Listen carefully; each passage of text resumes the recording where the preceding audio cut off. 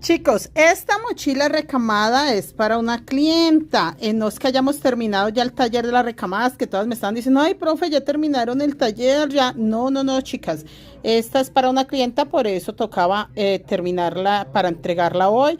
Quedó muy linda, detalles increíbles, muchachas hermosas. Ustedes saben que yo trato de hacer mis propias creaciones, mis propios detallitos, meterle cositas especiales que pues se le van viniendo a la cabeza a uno al paso que uno va avanzando.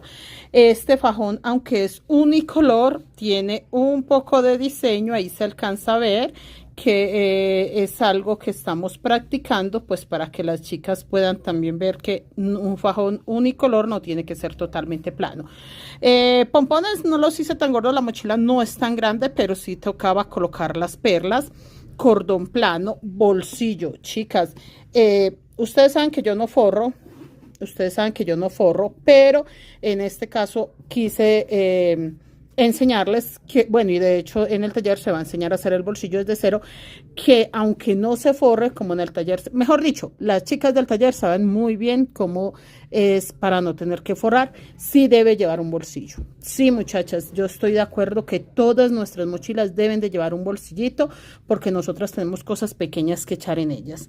Miren lo hermosa que quedó esta mochila, se va hoy ya terminadita, entregadita, perfecta, hermosa. Nada, chicas. Bueno, que me estaban diciendo que cómo cerraba con 10 pasadores. Vea, así cierra con 10 pasadores. Esperen, yo levanto acá para que ustedes vean lo redondita que queda.